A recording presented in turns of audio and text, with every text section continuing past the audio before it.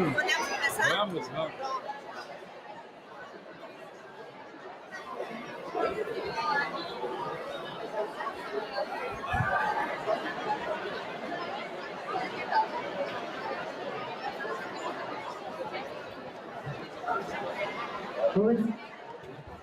Bom dia, pessoal.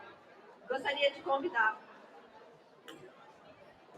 Bom dia, gostaria de convidar a todos para se aproximar e assistirem às apresentações orais que começarão agora. Então, por favor, quem quiser aqui, sente-se aqui nas cadeiras e participar. Bom dia, bom dia! Agora melhorou, agora eu tenho atenção de vocês. Galera, vamos vir aqui para prestigiar as apresentações orais?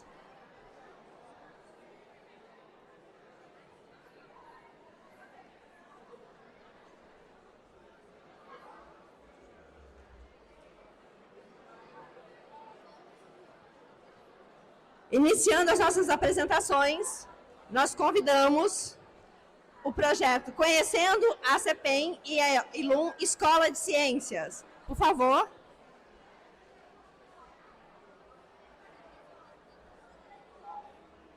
Bom dia, pessoal, bom dia. Chama a atenção aqui de vocês, está para uma apresentação bem dinâmica, 15 minutos só. Vocês vão conhecer um pouquinho, tá, do CNPEM, que é o Centro Nacional de Pesquisa em Energia e Materiais.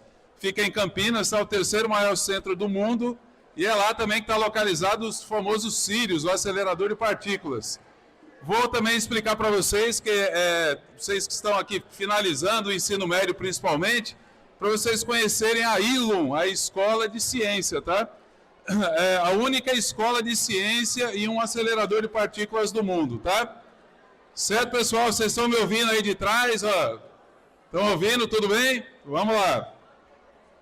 Então, pessoal, rapidinho, né? Esse daqui é o campus do CNPEM. Se alguém conhece aqui a UFES, vai dizer assim, opa, é mais ou menos parecido com a UFES, né? Tá? A diferença é que lá concentra 4 laboratórios nacionais de pesquisa, tá? Pesquisa de ponta, únicos no mundo. Um deles é o Laboratório Nacional de Biorrenováveis, tá? Etanol de nova geração, SAFs, né?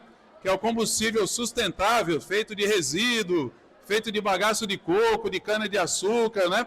Está sendo desenvolvido aí. O outro laboratório nacional é o de Biociências, tá? Que estuda principalmente a parte de metabolômica, DNA, a parte ligada mais à saúde. O terceiro laboratório nacional é o de nanotecnologia. É o que se estuda o muito pequeno, né, na escala atômica.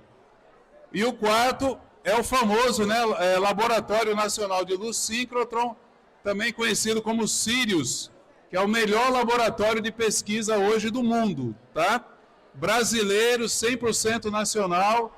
Eu sou da Universidade Federal de Sergipe e represento o CNPEM aqui no estado, tá? Em 2025 a 2027. Então, alguma dúvida, né? Se alguém quiser tirar alguma dúvida comigo, alguma informação sobre o centro, como é que eu vou fazer medida lá, como é que eu mando um aluno, como é que eu vou fazer pesquisa, eu quero conhecer, por exemplo, vocês podem entrar em contato comigo, tá? Bem, eu vou dar ênfase também a essa chamada ILUM, Escola de Ciência. Como vocês estão vendo, ela fica do lado do Sirius. É o que eu disse, é a única escola do mundo, bacharelado em ciências, que está atrelada a um acelerador de partículas e, por sinal, o melhor acelerador do mundo, tá? Esse daqui é o auditório lá da ILUM, né? Nós tivemos uma reunião, nós temos reuniões anuais, tá? Essa foi a última reunião, tá? Esse é o diretor da ILUM, doutor Adalberto Fázio, e esse é o auditório para vocês verem que é tudo de excelência, né? Parece primeiro mundo. Bem, pessoal, como é que funciona? De uma maneira geral e bem breve, as aulas e atividades são de um caráter único, mais do que deveria acontecer em mais instituições. Veja só, vocês, estudantes, são constantemente desafiados a criar estratégias para solucionar problemas reais. Isso que a gente está vendo aqui hoje, né? Uma feira de ciências, uma feira igual a essa daqui, inovação, indústria, vocês são chamados para isso, né? Eu tenho um problema real, eu quero que vocês solucionem, não é isso? A ideia de uma feira de ciências, uma ideia de uma atividade experimental é você procurar soluções, né, para problemas reais, não é isso? Eu estou com problema ali de esgotamento sanitário, eu estou com problema de enchente aqui na minha região, então vocês vão atrás do que é plausível, do que é experimental para procurar solucionar esses problemas, né? Então estão aqui algumas fotos que eu trouxe de lá. Esse, por exemplo, é o centro de vivência, como se fosse a área de vocês de refeição, né? As salas de aula também são disruptivas, né? São dessa maneira, você senta individualmente, em dupla, em trio, em grupo, todo mundo junto, da maneira que quiser, né? As aulas são de outro formato, inclusive. Essa é a área de convivência. Aqui estão os laboratórios, chamados laboratórios secos, por quê? São os laboratórios de física, né? Os laboratórios que vocês têm aqui também. Aí, tá, por exemplo, está um protótipo com Arduino. Com certeza, aqui tem algum experimento, no mínimo um, com Arduino, né? Então, lá desde o primeiro período, os alunos têm aula de Arduino, tá? Para resolver problemas do mundo real. Arduino por quê? É um prototipagem fácil, muito econômico, né? Muito barato, e altamente versátil. Bem, os outros laboratórios são chamados laboratórios úmidos, são os laboratórios de química e biologia, principalmente, né? E, além disso, tem equipamentos especiais, como espectrofotômetros, né? Equipamentos que a gente só usa, por exemplo, na UFES, na área da pós-graduação, a nível de mestrado e doutorado. Os alunos lá já têm no ensino superior, tá? A biblioteca de lá, bem, você diz assim, biblioteca é biblioteca em todo lugar, né? A diferença é que a biblioteca lá é extremamente frequentada, tem poucos livros físicos, na maioria dos livros são online, né? Igual a maioria das bibliotecas, e além do mais é um espaço de convivência. Então você está com alguma dúvida de física, você chega na biblioteca, tem um monte de gente lá estudando física e vai solucionar ali o seu problema, né? Dessa maneira que as bibliotecas têm que ser encaradas, né? Sala multimídia também, para você fazer podcast, transmissões ao vivo também, né? Fazer reuniões nacionais ou internacionais. E aqui algumas fotos, tá? Da sala de aula, laboratório de biologia nesse caso, e aqui um laboratório de química. Então vocês estão vendo que a ideia é passar problema para o aluno e o aluno ir resolver já a partir do primeiro semestre. Tá? Não só em feiras de ciências. Bem, mais fotos aqui. Aqui são os alunos no acelerador de partículas. Eu vou mostrar daqui a pouco um vídeo para vocês bem rápido. Desde o primeiro período, eles têm aula de inteligência artificial, tá, pessoal? Engenharia de prompt. Usar inteligência artificial todo mundo deve usar, mas você tem que saber usar, não é isso? Não é só utilizar. Então, eles têm aula do chamado engenharia de prompt. Mais importante do que a resposta que a IA te dá, é você saber perguntar para ela, né? Tô conhecendo aqui, ó, muita gente, tô vendo muita gente conhecida aqui. Então, pessoal, essa é a grade curricular, eu não vou entrar aqui em detalhes, né? Mas tem ciência de dados, linguagem matemática, humanas, ciências da matéria e ciências da vida. Se vocês tiverem interesse, dê uma entradinha depois, tá? No CNPEM, Ilum CNPEM, e vocês vão ver lá, se você clicar, ele abre a ementa de tudo, né? Tem toda a grade curricular lá discutida. Então, esse daqui é o Sirius, né? O orgulho da ciência brasileira, o melhor laboratório hoje do mundo, tá, pessoal? O melhor laboratório de pesquisa hoje no mundo é esse daqui, um acelerador de partículas de 4ª geração, único no mundo, tá? Os chineses estão começando a construir um, imitando o nosso. Tá? Não tem como, né? Os chineses estão sempre um passo atrás nesse caso, mas daqui a pouco eles vão construir um melhor do que esse, né? Tá? Para ter ideia de custo, até agora já foi investido aí 3 bilhões de reais, tá?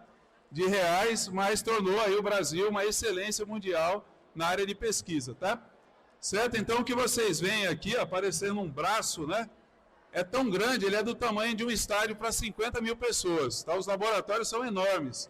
Só que mesmo assim tem laboratório igual esse daqui, que tem 108 metros de extensão, que não cabem dentro do prédio, né? Do prédio aí redondo, né? Formato aí de anel dos Sirius. Então, só para vocês terem ideia, aquela empresa ali em cima, ó, é uma empresa para 1.200 funcionários. Essa aqui em cima. Para vocês terem ideia da dimensão dos Sirius, né? Então, uma empresa com 1.200 funcionários, próximo dos cílios fica aparecendo uma caixinha de fósforo, né? Essa daqui é uma das imagens lá produzidas, por exemplo, essa técnica utilizada, o professor Tiago já usou lá, é chamada microtomografia de raio-x, para mostrar que não precisa ser tudo muito pequeno, nano, né? Você pode levar, por exemplo, ó, esse trabalho é do pessoal da Universidade Federal do Amazonas, uma cabeça de peixe. Pegaram a cabeça do peixe, fizeram a tomografia computadorizada, é um raio-x, ou aquele quem tem problema de coluna, né? Diz assim, vou ter que fazer uma tomografia, uma ressonância magnética. Qual foi a ideia? A ideia era estudar por que uma população ribeirinha estava desenvolvendo câncer, principalmente câncer de estômago. A suspeita é de que os peixes estariam contaminados com mercúrio. Levaram isso aqui e tudo que vocês veem aqui brilhando, ó, aqui, né, tudo que vocês veem brilhando é mercúrio. Então, mercúrio é altamente tóxico, né, e vai se acumulando no organismo. Então, você consegue, de uma vez só, fazer esse raio-x em alta definição, você consegue pegar uma área de interesse, ó, e dar um zoom, ele é como se fosse um microscópio, né, de alta resolução, e para acabar com essa suspeita, será que isso daqui brilhante é mercúrio? É feito também um XRF, para determinar quais os elementos químicos estão presentes. Foi detectado aqui nesses pontos aí claros, 99,8% de mercúrio. Então a população está ingerindo esse peixe e está desenvolvendo doenças sérias, né, graves através disso. Aqui é uma outra... isso aqui é uma rocha, tá, pessoal? Uma amostra aqui de pré-sal, 2 milímetros, né? Bem pequeno, né? 2 milímetros. Aí vocês estão vendo aqui do lado um raio-x dessa amostra, né? Mostrando principalmente porosidade. Eu vou mostrar no próximo um vídeo para vocês dessa mesma, vamos chamar de pedrinha, né? Dessa amostra aí. Olha só que interessante, ó. Você consegue a imagem não só em 3D, mas em 4D, olha aí. Fica bem clara a porosidade, não é isso? O pessoal da engenharia civil trabalha muito com porosidade, né? Olha lá, você consegue penetrar nos poros e tem uma escala ali embaixo que vai te dizendo o tamanho desses poros. Tá? Então é uma maneira completamente diferente de você estudar uma pequena rocha, não um pedaço de uma amostra. Se você colocar um osso, por exemplo, ele vai também fazer isso e qualquer outra amostra, né? Eu vou mostrar para vocês um vídeo aqui bem rápido, acho que eu vou pedir só o áudio, viu, amigo? Deixa eu pedir aqui para ele, amigo da mesa, o áudio aqui, acho que está sem áudio na apresentação do slide, talvez tenha que habilitar no notebook. Clicar na apresentação e selecionar o áudio. Então é um vídeo rapidinho, tá, pessoal? Só 1 minuto e 50 mostrando algumas curiosidades dos sírios. Está liberado? Mas está sem áudio. Então, se você clicar no slide, ele vai aparecer ali uma barrinha de...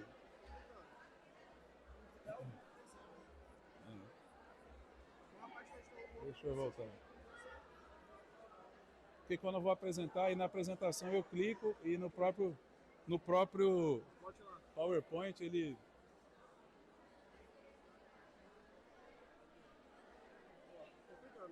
Aí ele aparece uma barrinha. Talvez tenha que sair da apresentação. Bem, pessoal, estamos sem o áudio do vídeo, mas é mostrando o Sirius, tá? O acelerador de partículas, 100% brasileiro, o melhor acelerador de partículas do mundo, mostrando como é que ele funciona, né? Então, esse daqui é o gerador de elétrons, os elétrons são acelerados, e eles vão passando aí por uma série de equipamentos para que você possa fazer, por exemplo, aquela imagem que eu mostrei do peixe, né? Ou aquela outra amostra lá da rocha do pré-sal em 4D. Então, são 40 laboratórios e 82 técnicas experimentais que a gente consegue utilizar a partir desse acelerador de partículas. É uma simulação, né, do que seria aí o feixe de elétrons. Daqui a pouco eu mostro uma foto para vocês aí desse conjunto, né?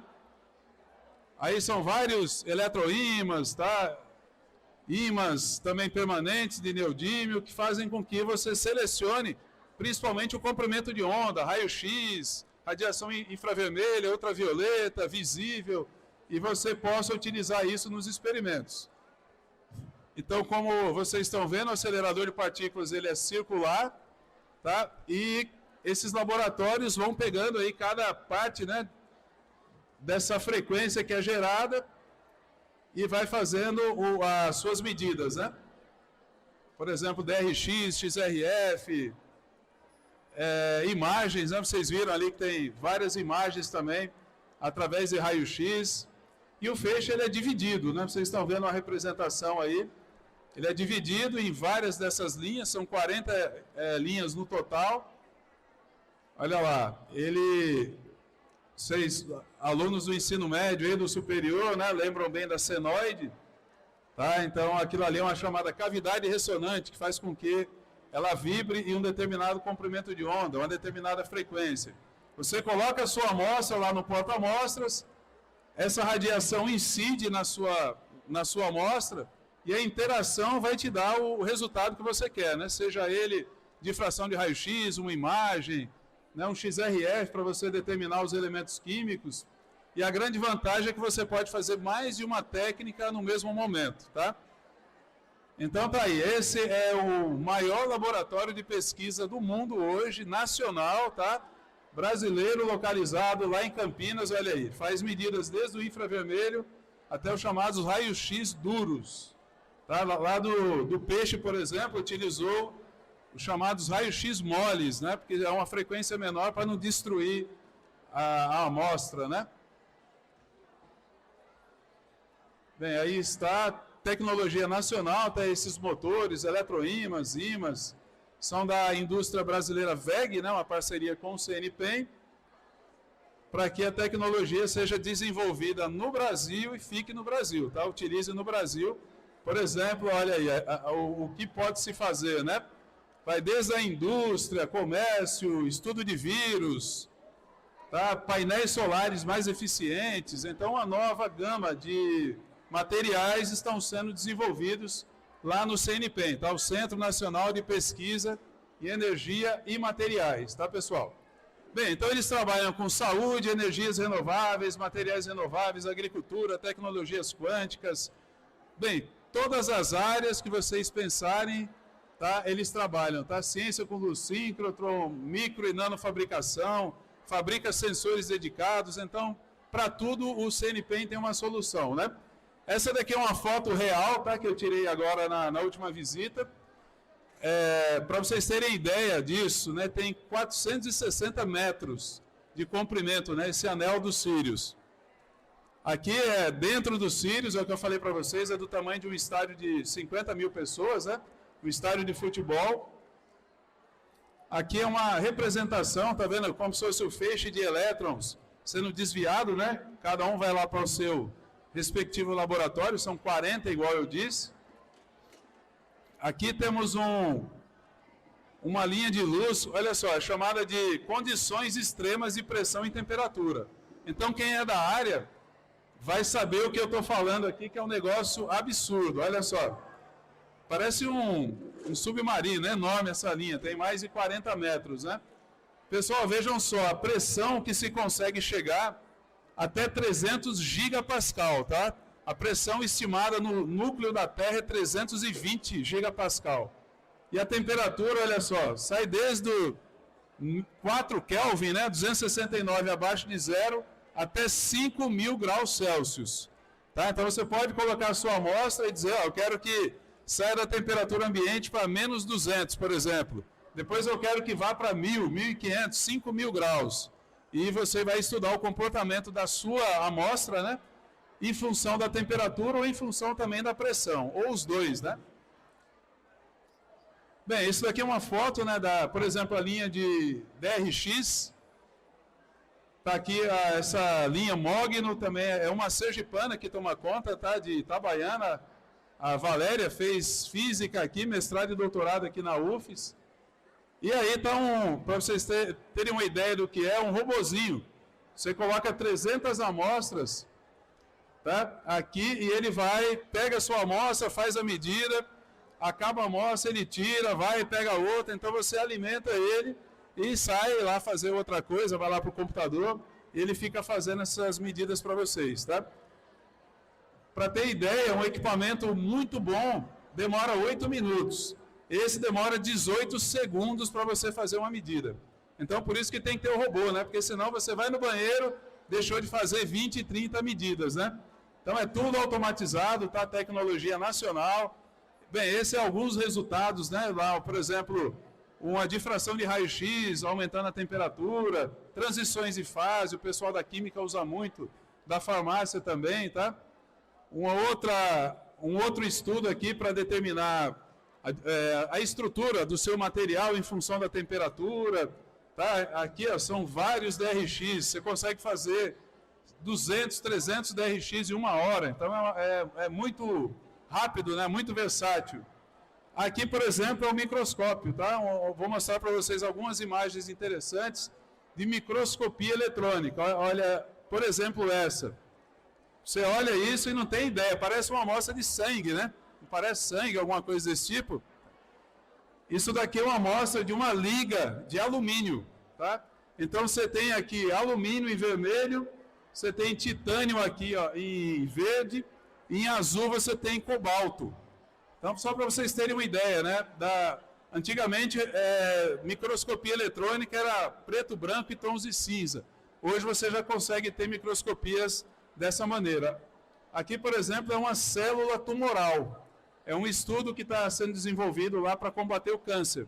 Então, essa é uma célula tumoral isolada e eles estão tentando combater o câncer através de nanorobôs. O robô vai lá na célula tumoral e acaba com ela. Tá? O problema é você identificar qual é a célula maligna da célula benigna. Tá?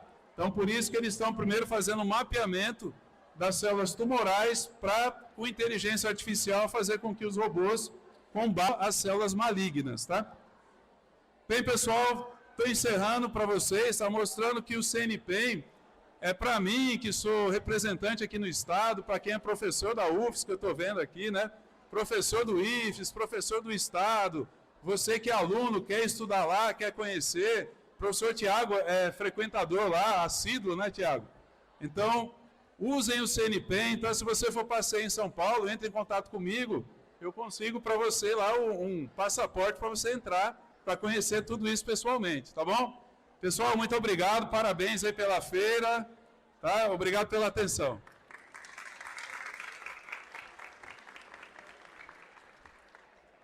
Parabéns, professor.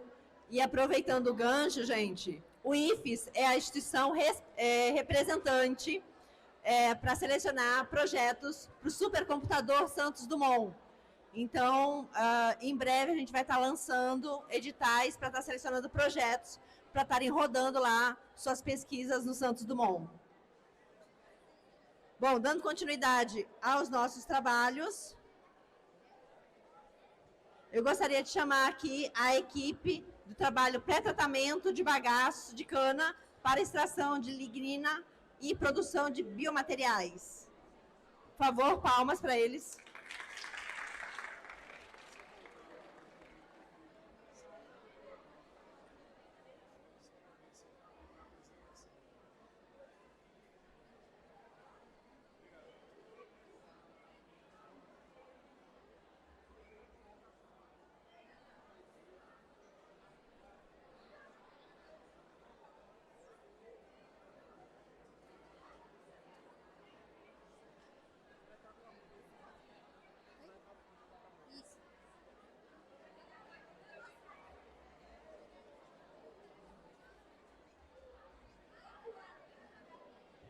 Olá, bom dia a todos.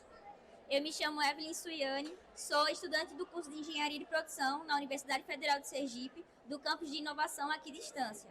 Faço parte do projeto Elas Integram, que busca incentivar a presença feminina na área das ciências exatas, da engenharia e também em projetos de pesquisa. Antes de falar exclusivamente do pré-tratamento do bagaço da cana para a extração da lignina e para a produção de biomateriais, é importante a gente entender que atualmente tem crescido a demanda global por materiais mais sustentáveis, que visam principalmente substituir os recursos de origens fósseis. Então, é nesse contexto que os bioprodutos surgiram. E esses bioprodutos, eles são materiais que são obtidos a partir de recursos biológicos renováveis, como, por exemplo, os resíduos agroindustriais. Os bioprodutos, eles têm destaque por promover e agregar valor a resíduos que seriam descartados de maneira inadequada.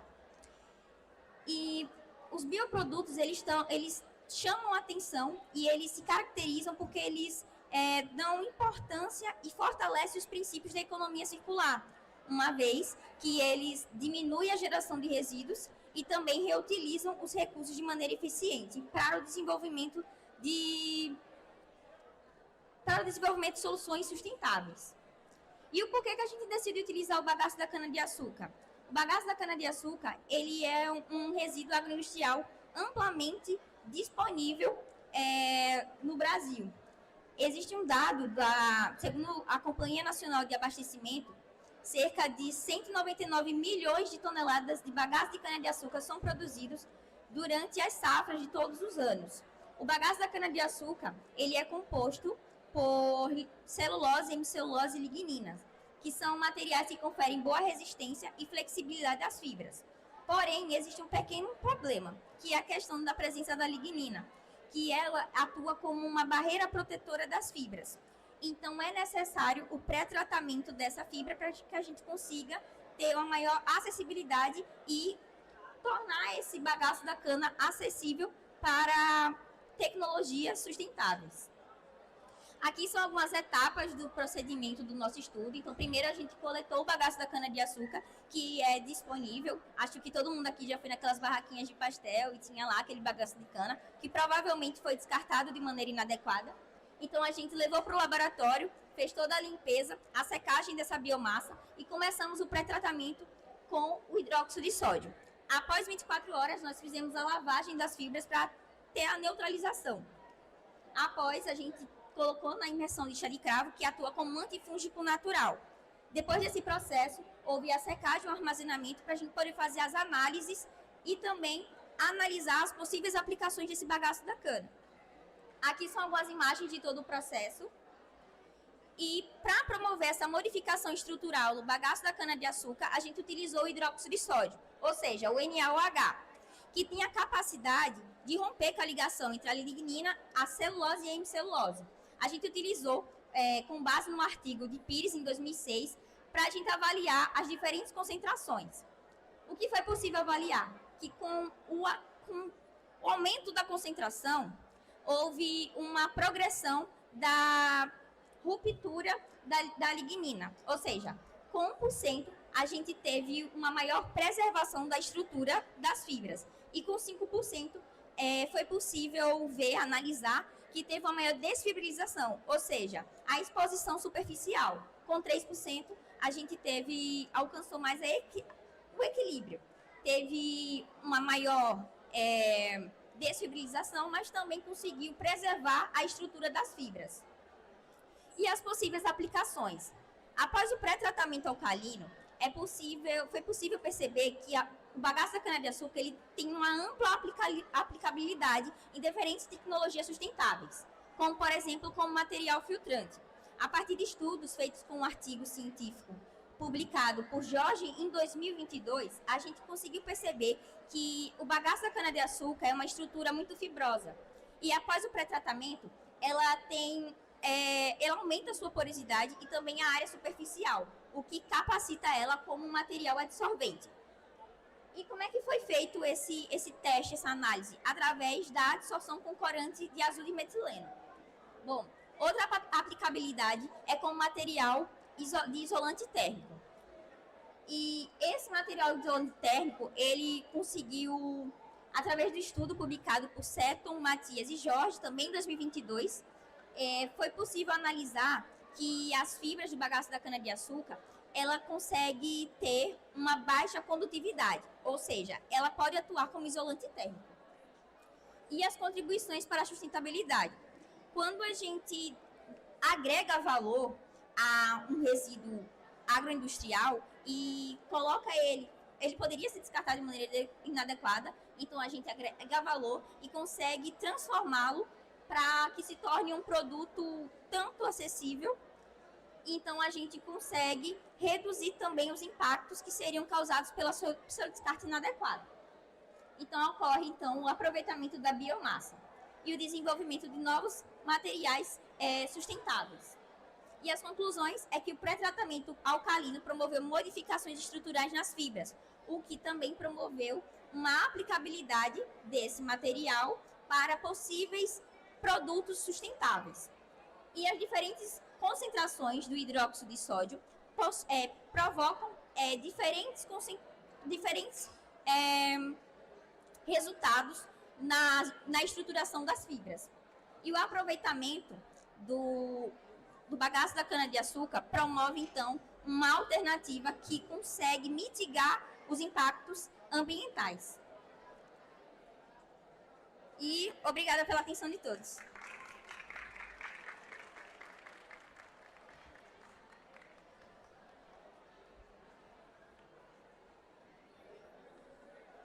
Por favor, equipe do tijolo cimentício, a apresentação de vocês.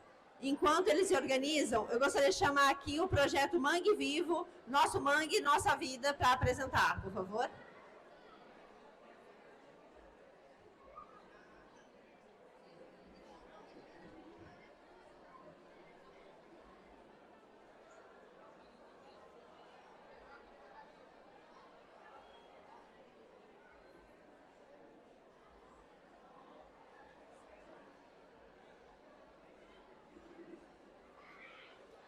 Vamos receber, por favor, a professora com a salva de palmas.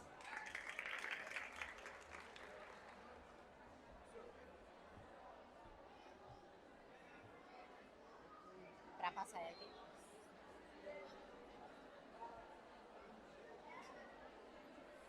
Bom dia a todos e todas. Meu nome é Luciana, sou professora de Biologia do Centro de Excelência Arquibaldo Mendonça, que fica na cidade de Indiaroba. Certo? E hoje eu vim mostrar para vocês um pouquinho do nosso projeto, que o nome é Mangue Vivo, Nosso Mangue, Nossa Vida. E nós temos, participando da nossa equipe, os nossos alunos Gabriel, Isabela, Maicon e Tiago. O nosso projeto, ele surgiu há algum tempo atrás e foi durante uma feira de ciência. A nossa feira de ciência, a maior feira de ciência que nós temos na escola é a Bioficma. Ela une química, física, biologia e matemática. E durante essa feira, eu entrei com um projeto com esses alunos, e esse projeto é baseado em uma das metodologias ativas, chamada Arco de Magarez, certo? Alguns educadores conhecem, então ela trabalha problemas. E aí a gente leva os alunos, eles descobrem os problemas e eles trazem a solução. Então, no primeiro momento, durante essa feira, foi apresentado um esboço de um aplicativo, certo? De início, esse aplicativo era só um joguinho de perguntas e respostas. E aí o participante da feira, ele ganhava um brinde, mas esse projeto ele cresceu. Eu estava terminando a minha pós-graduação em Educação Ambiental pela UFES, e os meus orientadores me fizeram pensar que esse projeto poderia ficar maior.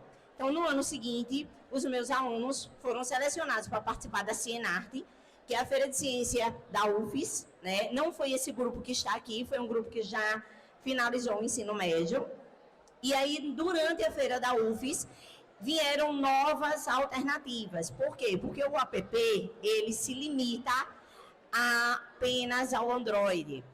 Por quê? Porque o Android ele é mais barato, por histórico, custa R$150 para a gente colocar lá, e depois a gente não paga mais.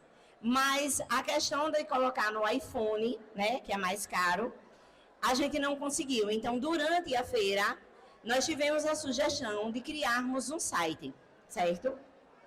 Então, baseado nisso, a gente criou um site. Vocês podem conhecer melhor, daqui a pouco os nossos alunos vão apresentar. E esse site, junto com o nosso aplicativo, ele vem para estimular a comunidade, primeiro, da cidade de Indiaroba, a sensibilizar-se sobre a questão ambiental. Porque eu costumo dizer que não existe consciência sem sensibilização. Você não consegue ser consciente de algo que você está fazendo errado se você não sentir que o que você faz errado lhe atinge diretamente. E como nossa escola ela fica em uma cidade onde quase 90% da renda vem do manguezal, nada melhor do que trabalhar isso dentro de sala de aula, certo? E aqui a gente tem, falando um pouquinho sobre o que é o manguezal. Né? Durante muito tempo, ele foi um ecossistema totalmente esquecido. Né? As pessoas desconheciam o manguezal, achavam que o mangue era apenas um lugar de retirada de algumas espécies, e quantas vezes as pessoas passam pelo mangue e dizem que mau cheiro, que lugar que tem um cheiro estranho, não é? Mas desconhecem a riqueza do manguezal. Então, aqui a gente tem, mostrando que ele é um berçário, né?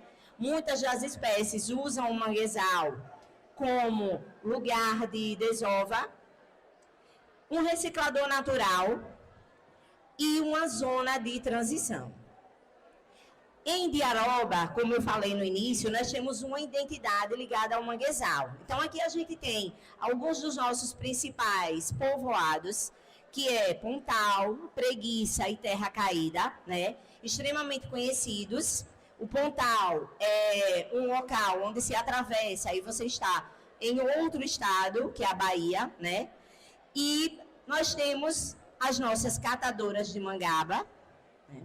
E temos a nossa pesca artesanal, onde a grande maioria das mulheres de Indiaroba, que são as marisqueiras, obtém o seu sustento. E aí a gente chama a atenção para a preservação. Lembrando que esse ecossistema é uma barreira natural. Quando você desmata o manguezal, você deixa a área costeira mais vulnerável às enchentes, né?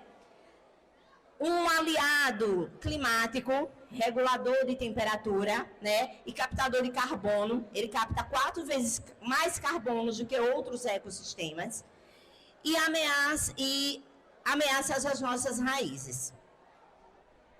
E aqui a gente entra na nossa inovação. Primeiro vem o nosso aplicativo, né, que você pode usar também de forma offline. Ele tem mapas que são interativos, alertas ambientais, e está na palma da mão, certo? E agora o nosso site, que é uma plataforma com informações, com dados científicos, histórias da nossa comunidade, onde vocês vão encontrar daqui a alguns dias, porque a gente ainda está tentando baixar os vídeos, mas lá tem histórias das nossas marisqueiras, dos nossos pescadores, e uma ponte digital. E aqui a gente tem algumas das nossas funcionalidades, mapas, guia interativo, espaço comunitário, onde nós iremos colocar também, se você procura, por exemplo, muitas pessoas não sabem que em Indiaroba tem um banco popular chamado Banco Aratu. Esse banco, ele ganhou um prêmio na ONU, ele é único, não existe lugar nenhum, só existe em Indiaroba. Dentro de Indiaroba também nós temos uma criptomoeda chamada Aratu, que faz com que todo o sistema econômico do município gire em torno dela. Então, tudo isso vocês vão descobrir no nosso site. E uma coisa que chamou muita atenção da gente quando estávamos fazendo pesquisas é que no Banco Aratu nós temos muitos visitantes de vários estados do nosso país e pessoas de outros países. E essas pessoas chegavam lá e, por exemplo, não sabiam o que é um aratu, né? E aí, lá no nosso site, a gente tem a espécie, o nome científico, como ele sobrevive no manguezal, e nós temos também uma amostra dele no nosso stand. E aqui a gente tem a questão da consciência, né? Lembrando que ele é um grande estocador de carbono. A comunidade, como cidadã, os nossos alunos, eles hoje entendem que o mangue pertence a eles, né? E que algo que está hoje precisa ser preservado para que as próximas gerações elas consigam obter renda como eles obtêm hoje. E a educação nas escolas. A educação começa na escola. Se você não conscientiza o seu aluno, como você vai querer que ele seja um cidadão adulto consciente? E aqui a gente tem outras funcionalidades também. Nós temos a aba onde mostra os produtos. Sobre o aratu, nós temos também um hambúrguer feito de aratu, que também foi premiado recentemente. Vocês vão conseguir descobrir, por exemplo, o contato dessa lanchonete que fica em Terra Caída, nós colocaremos lá. A gente tem um mel que é retirado de algumas abelhas que só sobrevivem nos manguezais, também vão estar os contatos deles lá. E o turismo comunitário. Recentemente, a Secretaria de Turismo de Indiaroba está fazendo um mapeamento de possíveis trilhas ecológicas, né? Onde vocês vão conhecer reservas ambientais fechadas, Mata Atlântica fechada e também uma nascente de água doce que só existe em Indiaroba. Vou deixar vocês curiosos entrarem no site para conhecer. E aqui eu vou chamar os nossos alunos, Gabriel, para ele apresentar o site para vocês.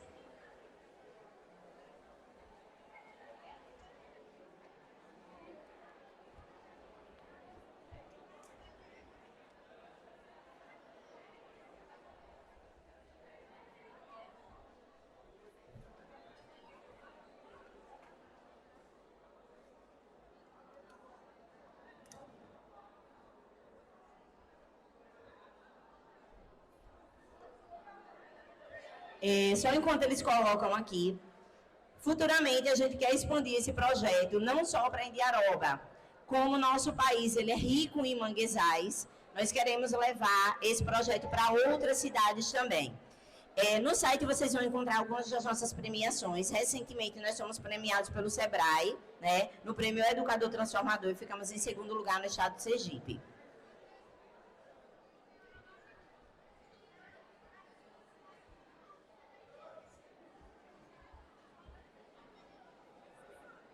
Bom dia. Bom dia. Esse é o nosso site. Ele foi feito com base de HTML, CSS e JavaScript. Na galeria. Então, essa é a nossa cidade, Indiaroba, Sergipe. Ela é completamente arrodeada por manguezal. Só que o manguezal dela está bastante poluído. Aí o objetivo do site é que a gente faça mutirões de limpeza para que as pessoas possam conservar o nosso manguezal, porque bastante espécies que tinha lá está sumindo. Aí, como na nossa cidade bastante pessoas são pescadores, tem que se deslocar para outro lugar para pescar e trazer os próprios moluscos para a nossa cidade, sendo que já tinha antes e está desaparecendo. Cadê? Aqui é como o nosso site fica em celular e a gente fez um ranking para que as pessoas possam mandar fotos e ganhando pontos e ter premiação em si, porque as pessoas só levam as coisas a sério quando vale alguma coisa.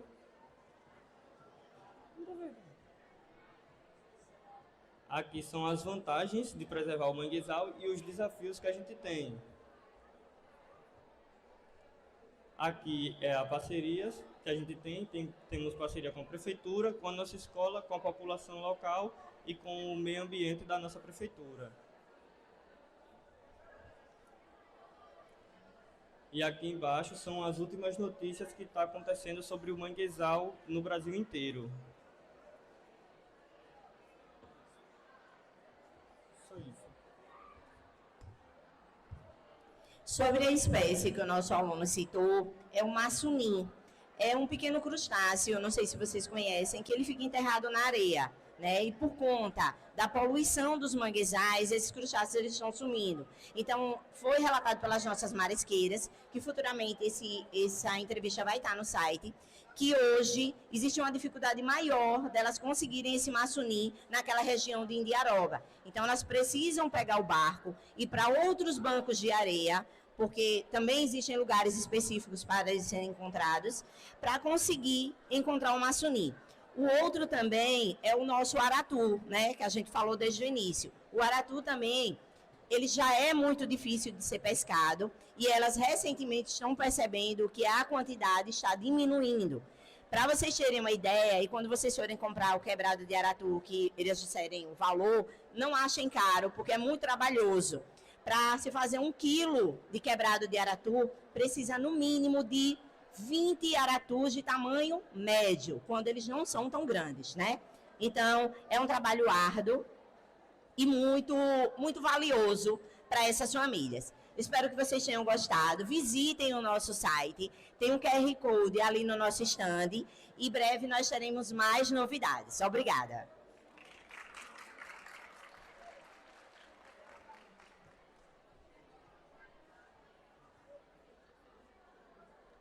Parabéns à equipe.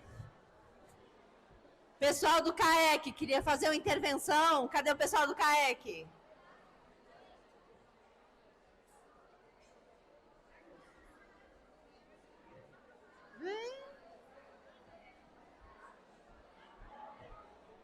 Bom dia.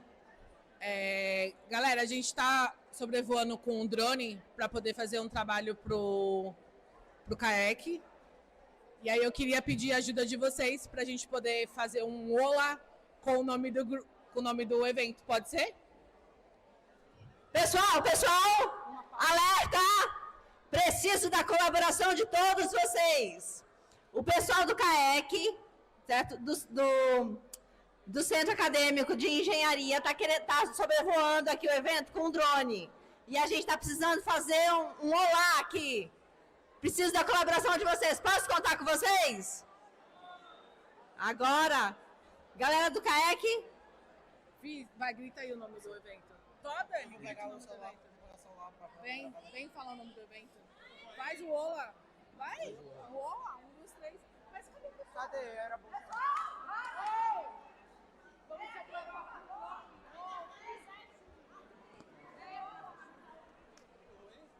Tem que chamar a galera pra poder vir pra cá. Vamos, animação. Só que o negócio é, a galera do evento tem que vir pra cá. Professor. Tem que chamar os alunos. Ímpar. Bora, galera. Preciso da colaboração de vocês. Por favor, vem aqui pra frente, rapidinho, prometo.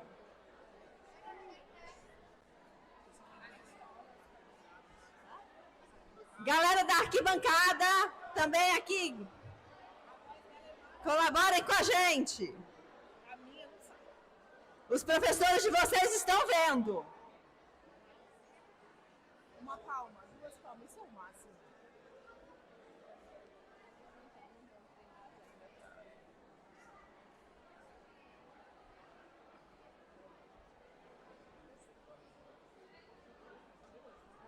Já melhorou? Oi? Galera, por favor, um minutinho só de vocês aqui na frente. Galera da arquibancada. Oi!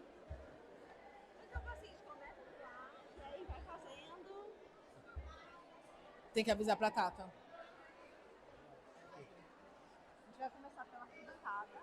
Ó, já que vocês não conseguem vir, a gente vai até vocês. O Ola vai começar por vocês aí, aqui, certo? E aí vai passando pro restante do evento até o final, ok? Vamos lá, ó, o drone tá em vocês.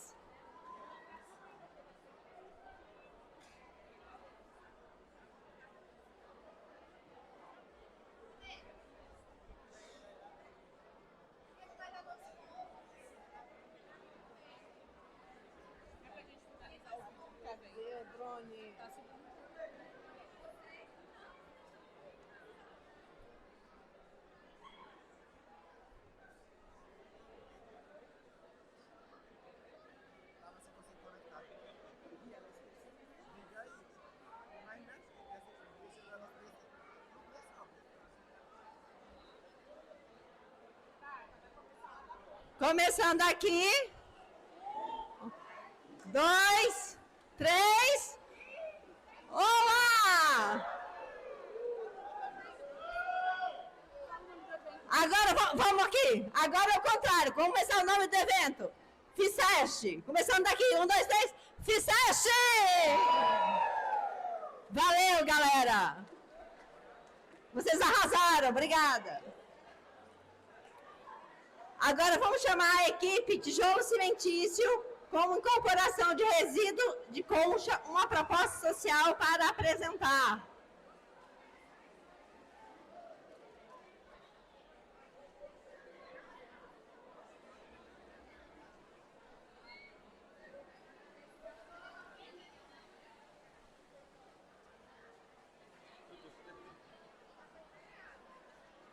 Costa do Rio. Obrigado.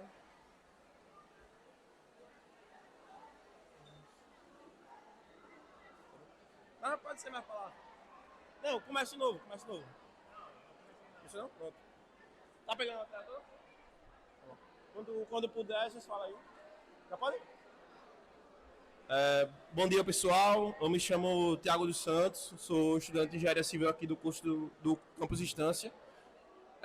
Eu vim trazer meu projeto Tijolo Cimentício com incorporação de resíduos de ostras, da casca da ostra, uma proposta social. Meu nome é Thiago, tem também o aluno Josimar e Daniela, e a gente tem o orientador, o professor doutor Herbert Alves de Oliveira. A gente visitou uma comunidade carente no povoado.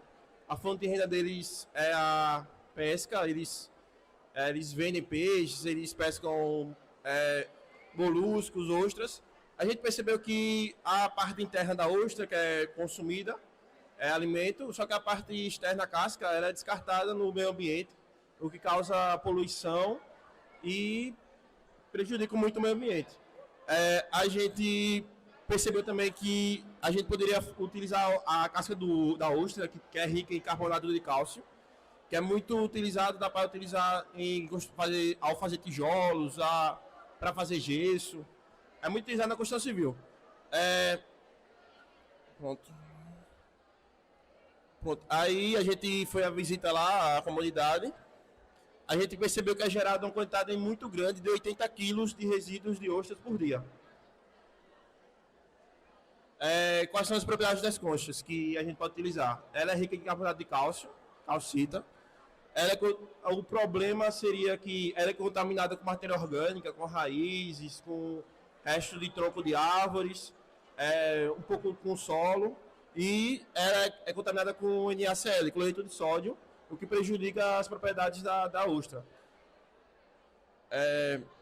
A gente produziu o tijolo no laboratório, para adaptar o processo lá para eles na comunidade carente. A gente não utilizou de ferramentas muito complexas, fez de uma maneira que eles conseguissem replicar lá na comunidade carente deles, a fim de gerar uma atividade empreendedora para eles virarem empresários, conseguirem vender tijolos.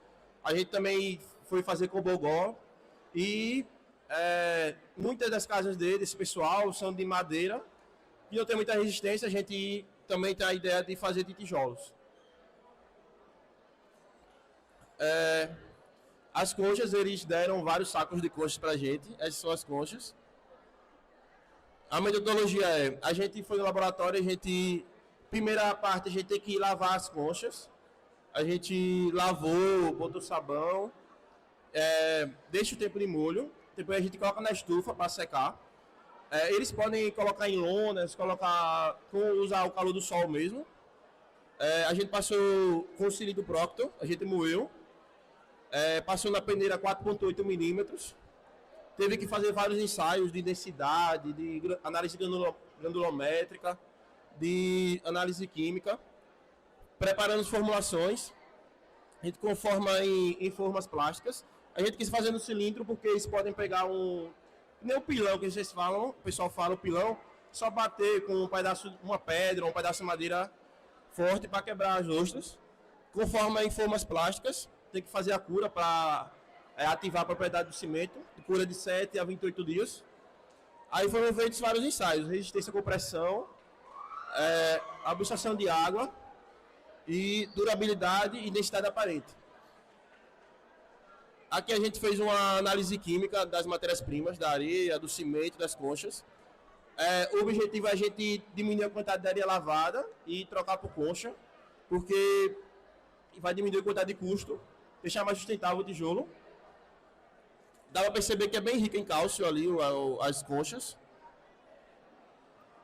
Aqui fez a análise granulométrica e o DRX de fratometria.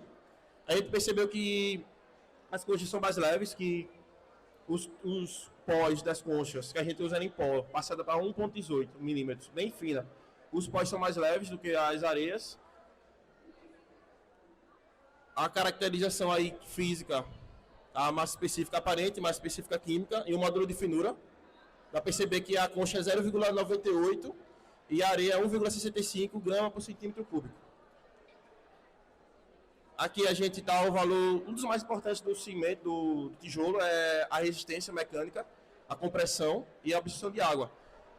Para o tijolo ser comercializado, ele tem que ter uma resistência mínima de 4 MPa, megapascals, e a gente percebeu que algumas formulações deu certo. A que mais deu certo foi a formulação 1,2 em relação ao cimento. O traço de cimento, para quem não sabe, vamos falar, estou falando do traço 1,6x2, que foi a melhor.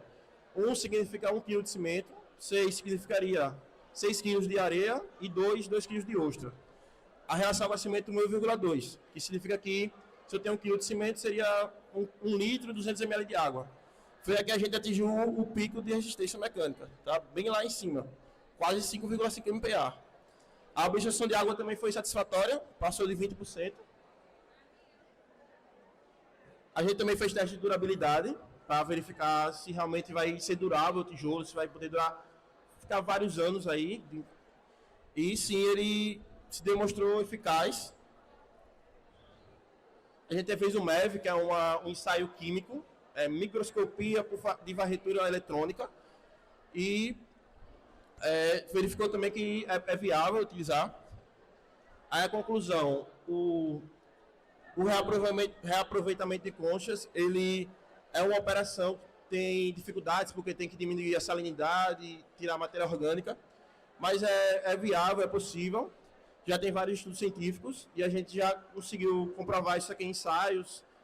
E pronto, tem que tirar os sais, a matéria orgânica, a gente tem que utilizar moinhos para favorecer a melhora da ostra em pó. As conchas conseguem substituir sem prejuízo nenhum a areia. Fazer outras observações do nosso projeto. O tijolo conseguiu ganhar a ODS ano passado, o selo ODS 2025 da ONU, e a gente já conseguiu o primeiro lugar na Semana Nacional de Ciência e Tecnologia ano passado, que ocorreu no Aracaju Park Shopping. E é isso, a gente vem sendo reconhecido, eu sou muito grato por fazer parte da equipe, e além da gente ter essa atividade para o empreendedor, eu fico muito feliz por ajudar socialmente as pessoas da comunidade, que eu acho que é assim que tem que ser a ciência, tem que tentar sempre, além de conseguir recurso financeiro, a gente tem que tentar ajudar as pessoas, porque a gente vai ter uma sociedade melhor. E é isso, eu quero agradecer a Faptec, a Propex e ao UIFS. Obrigado.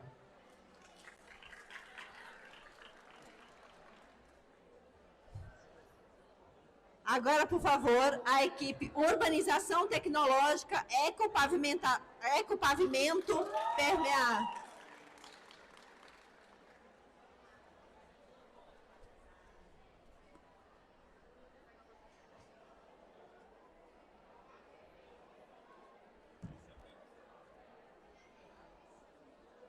Bom dia.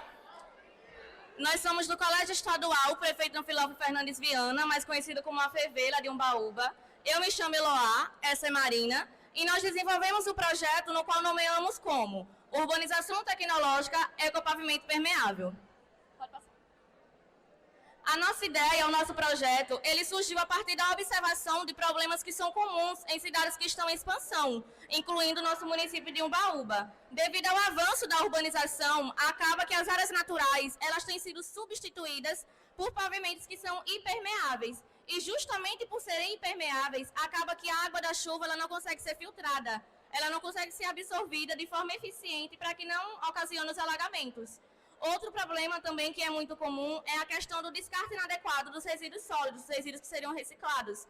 E isso a gente sabe que acaba gerando impactos negativos no meio ambiente. Então, nós realizamos algumas pesquisas e percebemos que, unindo alguns materiais, nós poderíamos estar produzindo uma espécie de pavimento, um ecopavimento, que, ao contrário do pavimento que é usado, ele tem essa propriedade de absorção. Ele consegue absorver a água, reduzindo, assim, os índices de alagamento e também os impactos negativos que são gerados pelos resíduos que são descartados de forma inadequada.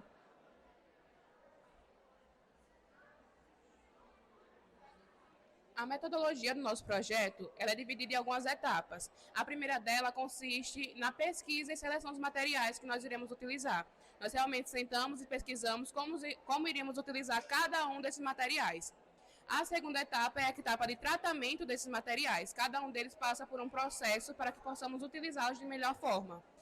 Os materiais selecionados foram a brita, que ela foi lavada e seca, o vidro que foi triturado, peneirado e lavado, os polímeros plásticos, que vai servir como ligante do nosso projeto, e também a resina de poliéster, associado também à fibra de coco. Ela vai servir como amortecedor no nosso protótipo. A terceira etapa, já partimos para a etapa de realmente misturar todos esses materiais e passamos para a quarta etapa de teste. O primeiro teste é o teste de porosidade. Nós avaliamos os canais que há dentro do nosso protótipo, a passagem de água que contém nele. O segundo teste é o teste de resistência mecânica. Nós comprovamos essa resistência de uma forma que passamos por uma moto somada ao condutor, de aproximadamente, contabilizando aproximadamente 200 quilos, e conseguimos comprovar que o protótipo não sofreu nenhuma alteração na sua composição. O próximo teste é o teste de absorção de água. Nós analisamos, submergindo o protótipo em um balde com água, para analisar se ele consegue absorver a água ou não. E comprovamos que sim, ele consegue absorver.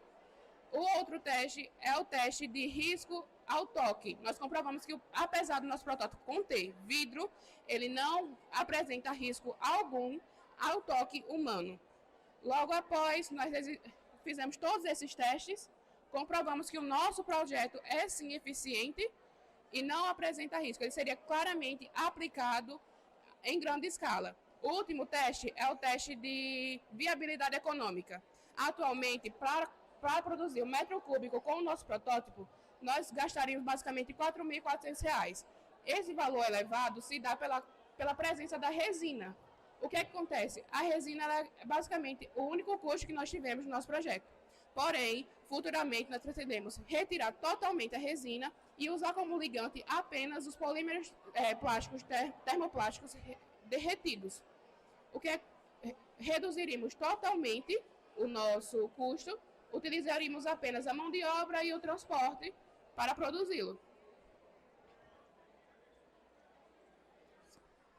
Vale ressaltar que, apesar do alto custo que aparenta ter o nosso ecopavimento, quando comparado à taxa de manutenção, que geralmente é exigida pelos pavimentos que já existem, porque se uma cidade alaga, consequentemente ela precisa de manutenção. Se ela precisa de manutenção, a gente sabe que o governo, a gestão da cidade, precisa investir nisso. Então, de certa forma, futuramente, provavelmente, o custo sairia bem mais alto.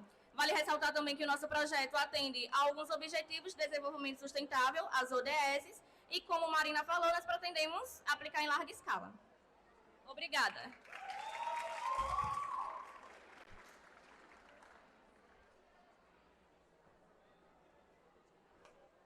Parabéns, equipe, belo trabalho. E aí, quem sabe, né? Vamos ter vocês aqui depois em engenharia civil, né? Eu quero convidar agora a equipe do Ludoist, gamificação, jogos físicos e ensino de história no ensino médio integrado a partir de 3 anos de experiências no PIBIC.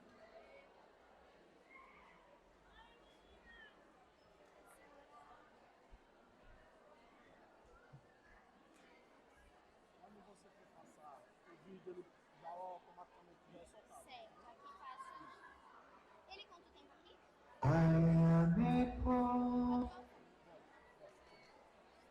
Não, voltar.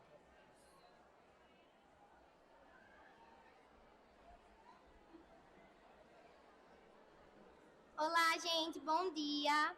Me chamo Márcia Jaqueline, sou do 3º ano de Energias Renováveis aqui do campus e estou com Candice Carvalho, do 3º ano de Edificações, e o nosso projeto se chama Ludoist, gamificação, jogos físicos e ensino de história no ensino médio integrado a partir de 3 anos de experiência no PIBIC Ensino Médio. Antes de começar, a gente vai mostrar um vídeo de como funciona o projeto e a aplicação dele em sala de aula e depois vamos começar a nossa apresentação.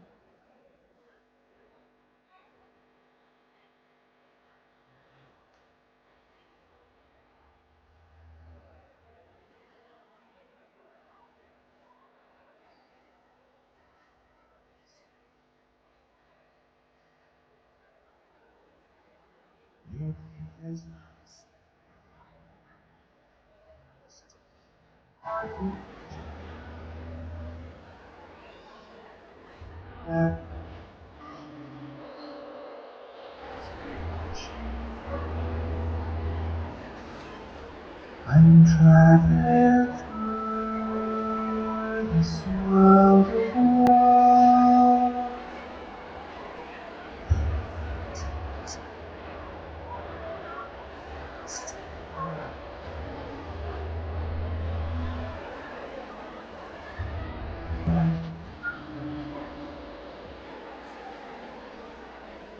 Bom, antes de começar, a gente precisa entender que as transformações no âmbito do ensino de história têm incentivado o uso de metodologias ativas que incentivem os estudantes a participarem desse processo da construção do conhecimento.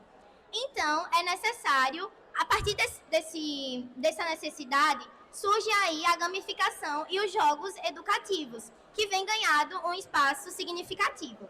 Porque, mais do que entretenimento, os jogos são sim uma forma de ganhar conhecimento.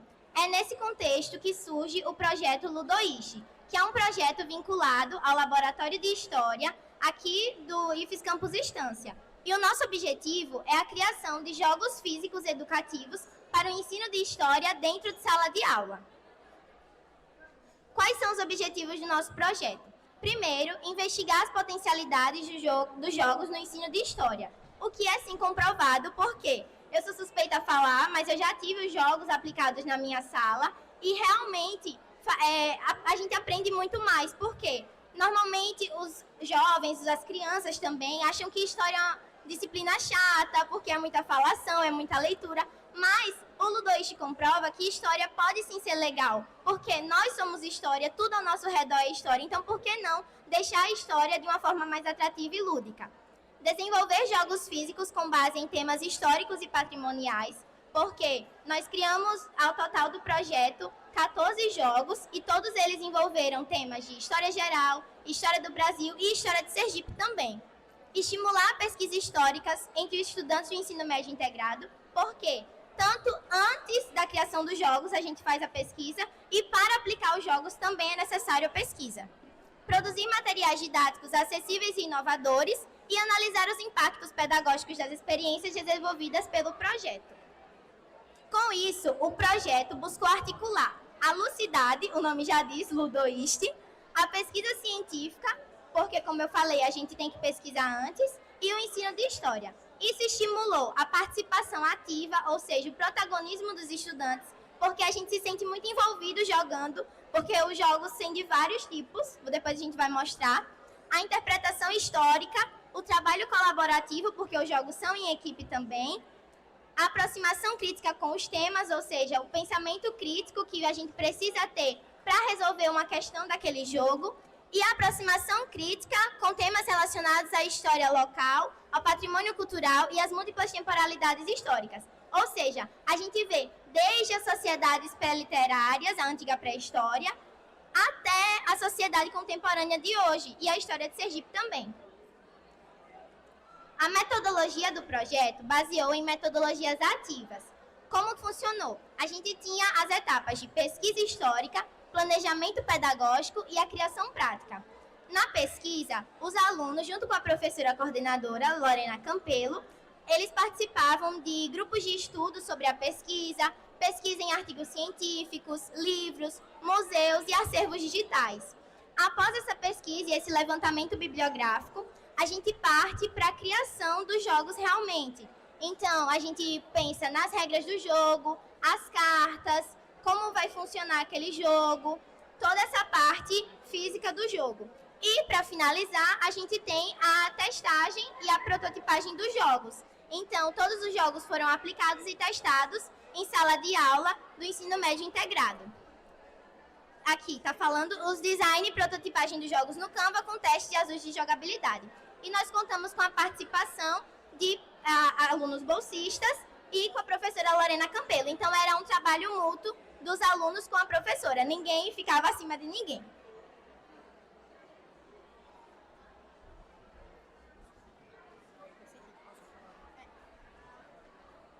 Então, gente, bom dia. Meu nome é Candice e agora eu vou falar dos principais resultados e discussões do nosso projeto. Bom, durante os 3 anos, a gente produziu 14 jogos inéditos e físicos. Então, esses jogos eles foram recebidos muito bem pelos estudantes, porque todos eles, durante as aulas em que eles foram aplicados, os estudantes se mostraram muito mais ativos e colaborativos durante as aulas. Por quê? Porque é uma maneira diferente de estudar. Então, se provou que sim, que esses jogos educativos podem ser usados como ferramentas metodológicas. Então, quando o aluno está jogando, ele aprende involuntariamente, porque é uma maneira muito mais legal e que foge do método tradicional, em que o aluno só recebe o conhecimento do professor de forma passiva. O aluno senta e vai aprendendo. Outro ponto muito importante que esse projeto trouxe foi a valorização do sentimento de pertencimento para Sergipe, porque nós temos jogos que vão falar sobre o patrimônio histórico e arqueológico de Sergipe.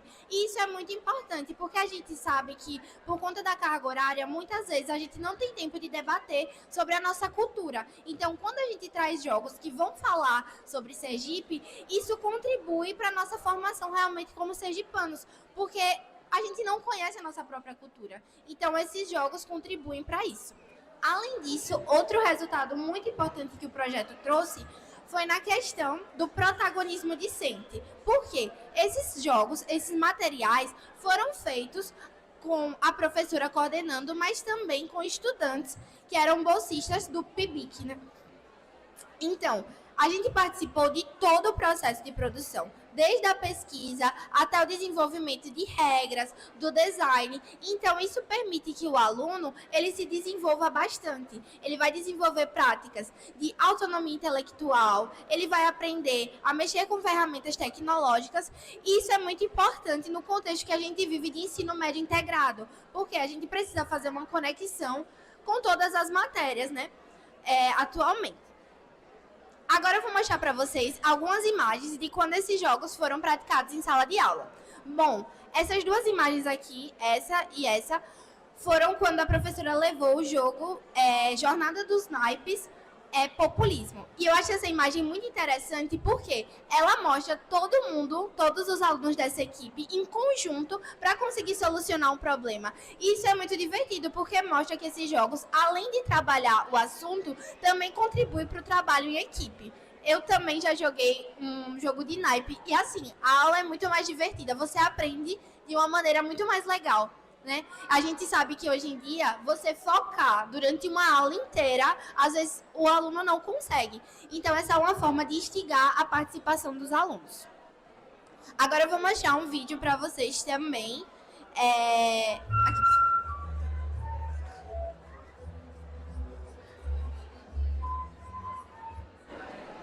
Eu vou mostrar. A internet está meio ruim de rodar, eu vou seguir com a apresentação. Bom, esse jogo aqui é sobre o iluminismo. E ele é muito legal também porque prova que o Ludoist também ele é interdisciplinar. Porque esse jogo é sobre iluminismo. Ele pode ser praticado tanto na aula de história quanto na aula de filosofia. E é isso que a gente preza bastante aqui no campus, que é a interdisciplinaridade. Esse jogo aqui, que eu vou mostrar a foto para vocês, ele é sobre a Primeira Guerra Mundial.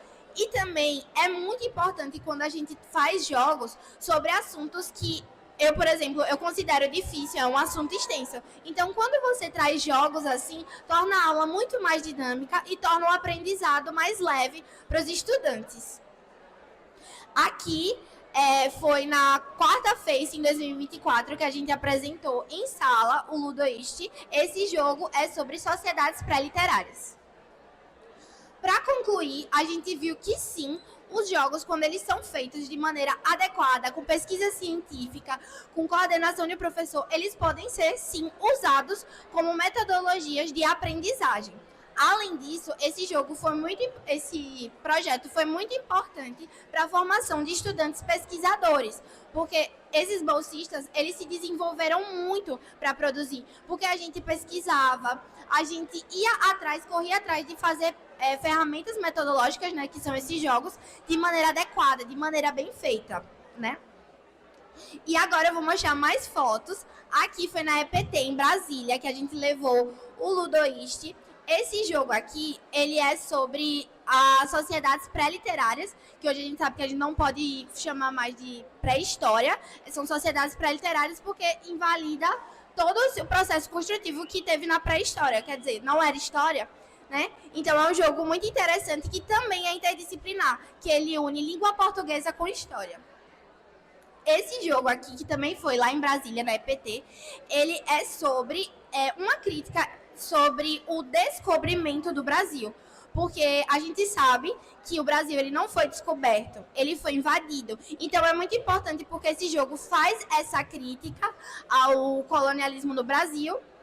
E é muito interessante ele porque ele pode ser aplicado de várias maneiras. Então o professor ele pode aplicar da maneira que ele achar melhor para dentro da sala de aula. E as premiações. Como eu falei, aqui no IFES a gente preza bastante pela interdisciplinaridade. E o Ludoist preza também muito isso. Tanto que nós ganhamos consecutivo na Face aqui. A gente teve, em 2024, a gente ganhou em primeiro lugar na categoria sala. E em 2025 a gente ganhou de novo em segundo lugar na categoria sala também.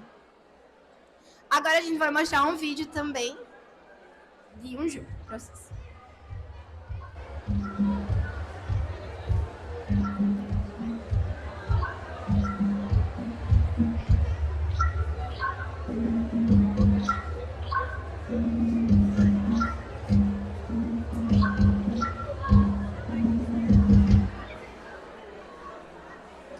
Então, gente, aqui estão as referências que foram usadas para consolidar todo esse projeto, né?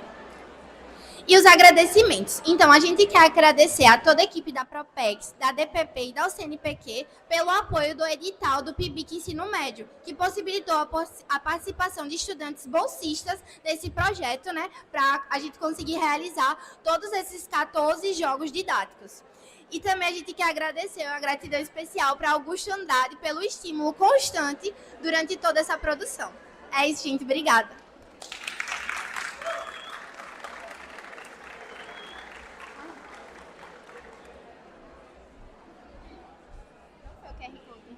Obrigada, professora. Obrigada, parabéns, meninas. Belo trabalho. Professora Lorena, como sempre, arrasando. E agora, nossa última equipe, não menos brilhante, do Maker, a pesquisa avançada, robótica de manipuladores para desenvolvimento educacional e tecnológico de Sergipe. Salva de palmas, por favor.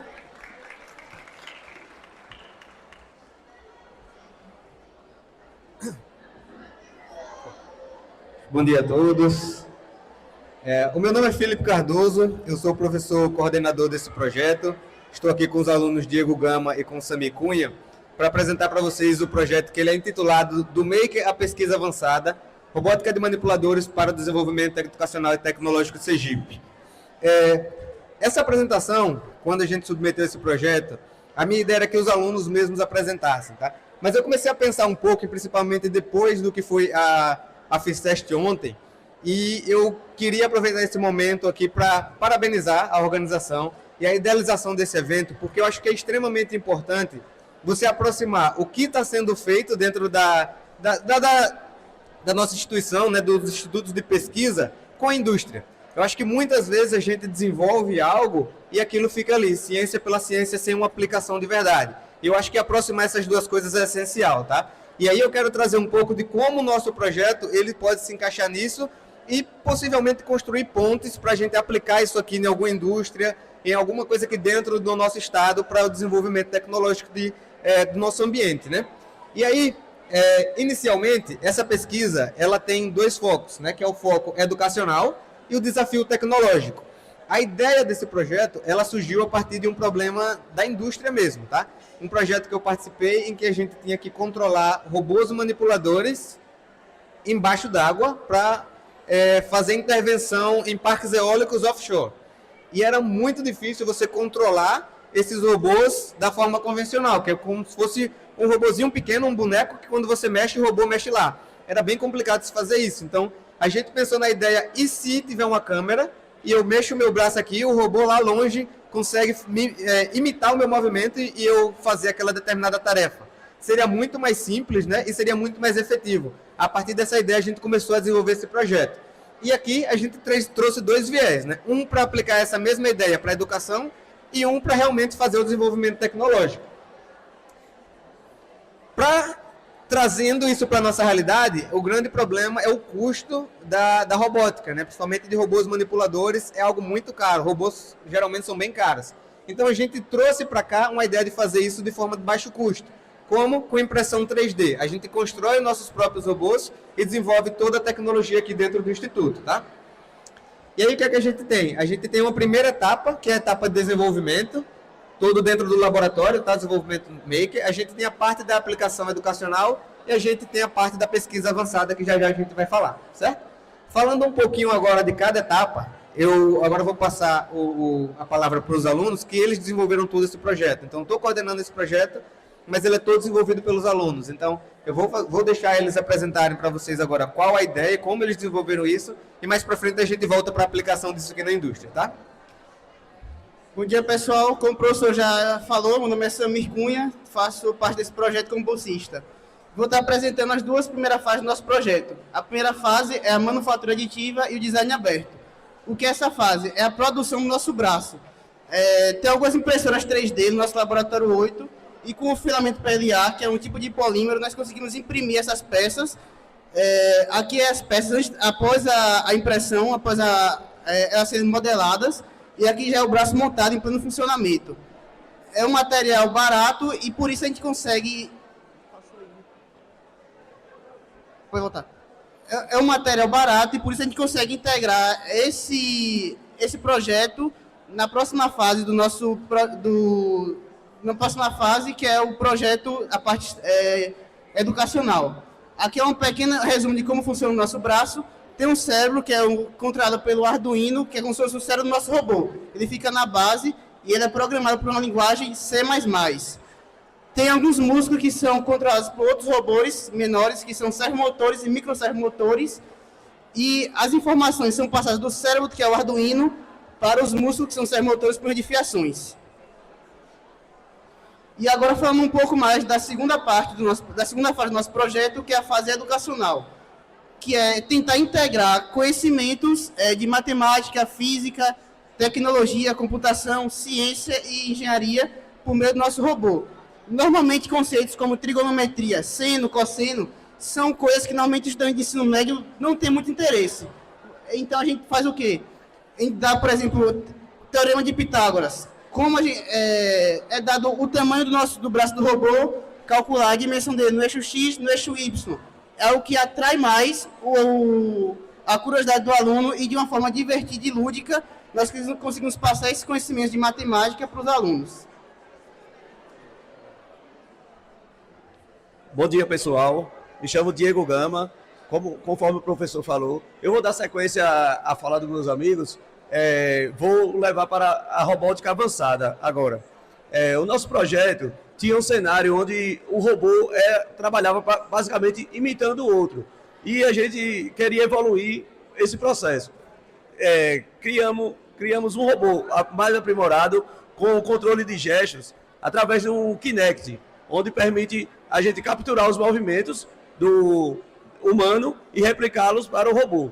Então, essa é a nossa inovação. O paradigma comum para o paradigma mais avançado dele. Aqui está a engenharia por trás dos movimentos do braço. A gente tem a captura dos movimentos através de um Kinect ou uma câmera.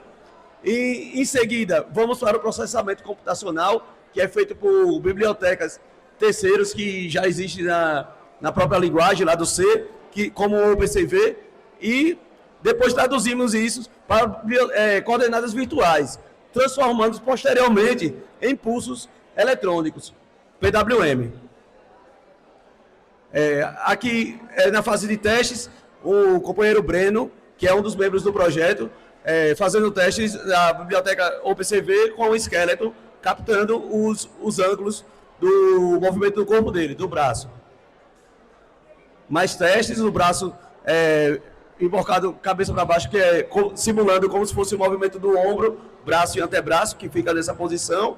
E vou passar a fala para o professor Felipe.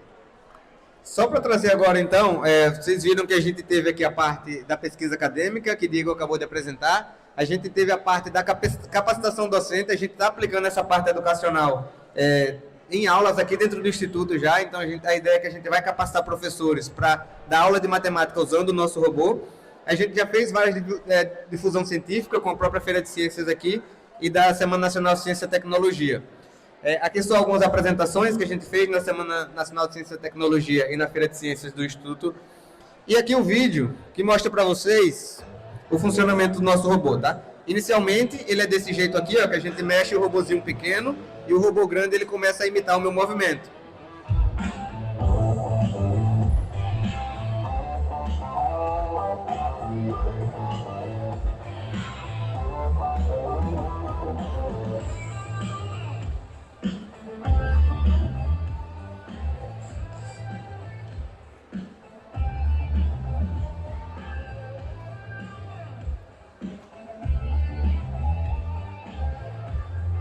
Nessa fase aí, o robô já está imitando o movimento aí, tá?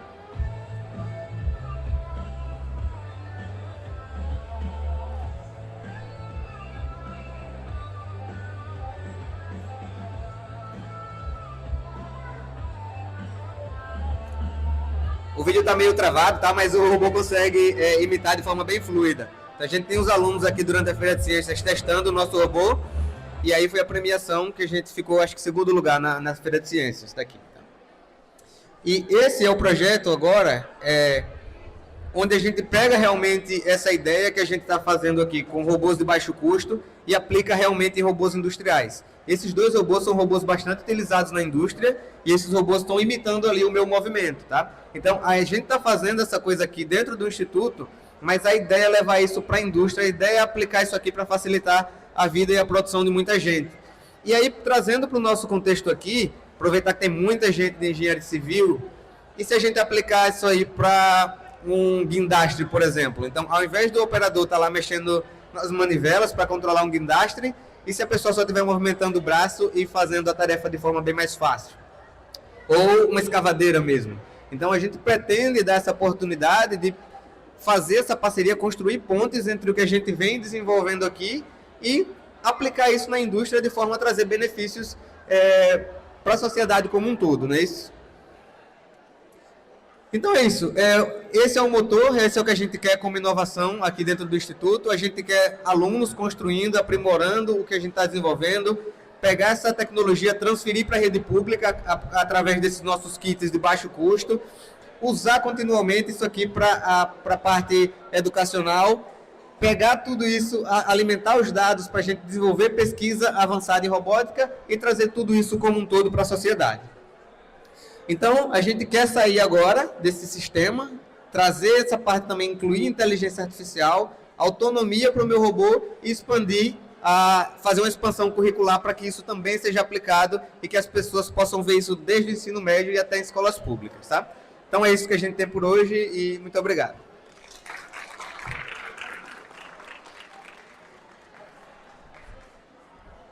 Parabéns. Pessoal, agora... Paulo, já posso? Não? Não?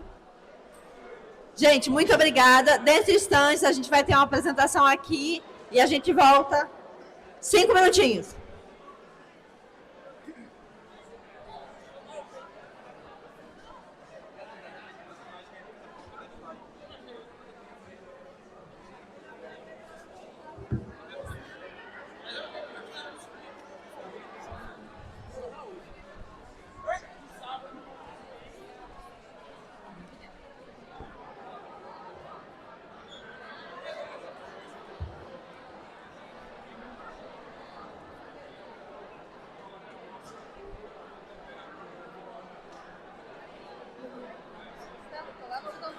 Pega o fone aqui, que toda hora que ele mudou de vídeo, olha lá. Eu acho que eu bati.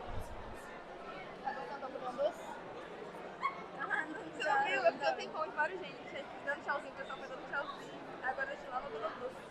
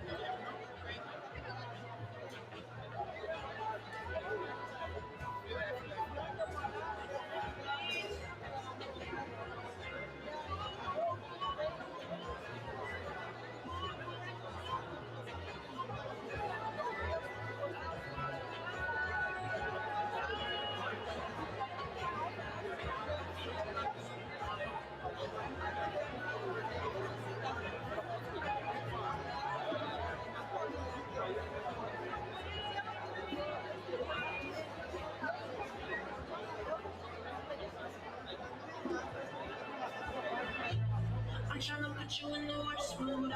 They wouldn't bring nothing in church shoes.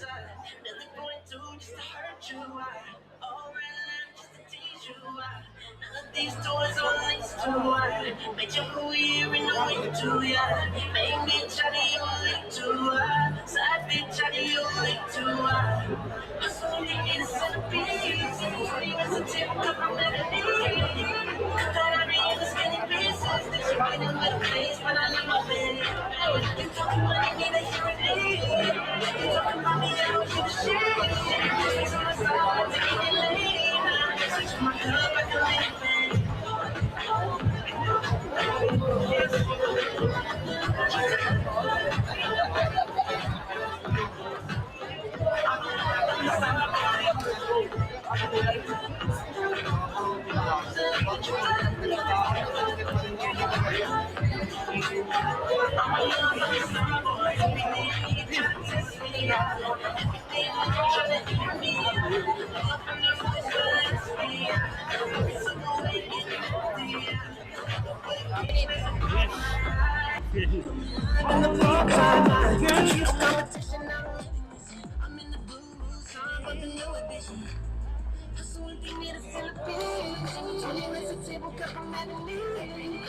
Thought I'd be in the skinny pieces, then she did it with a face, but I love my bed. You talking money, need a hearing aid. You talking about me, I don't give a shit. Switching my style, I take any lane now. Switching my cup, I feel any pain.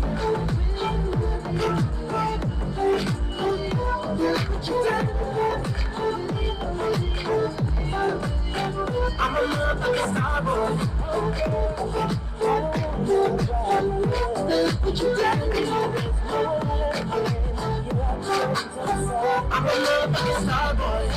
Like a nigga Brad Pitt, but you're not a fraud to the years like a bandit. I'm on my crib in a brand new wagon. She hit the grocery shop looking lavish. Shot track roof and then with the car. Girls get loose when they hit the sound. Shit on the dash, keep me close to God. We don't pray for love, we just pray for cars.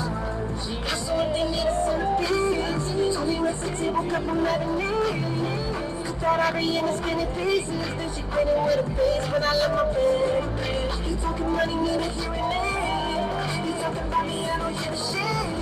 Switching my style, I take any lane now. Switching my cup, I feel any pain.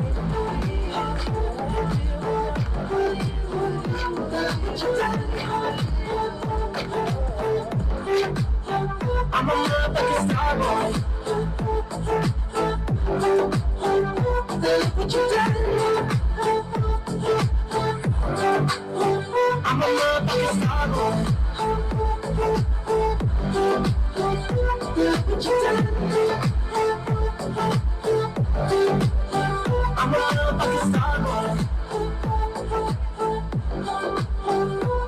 What you done? I'm a motherfucking star boy.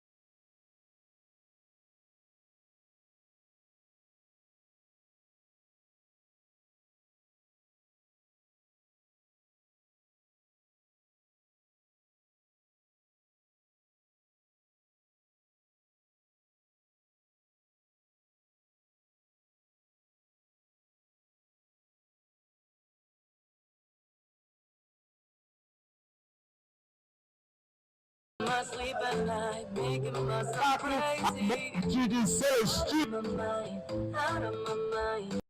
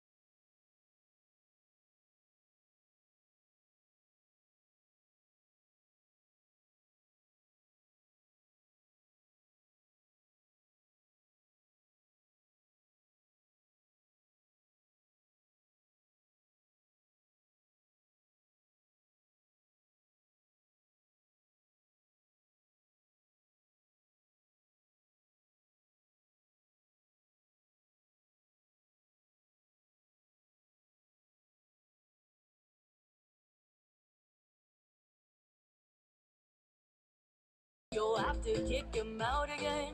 3, don't be his friend. You know you're gonna wake up in his bed in the morning. And if you want him, you ain't getting. Oi, pessoal, por favor. Luciane, por favor, vem aqui. Aqui à frente do palco, por favor. Luciane.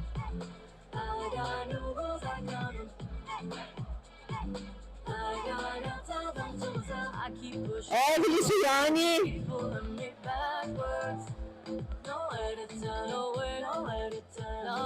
Now I'm standing back from it. I finally see the pattern.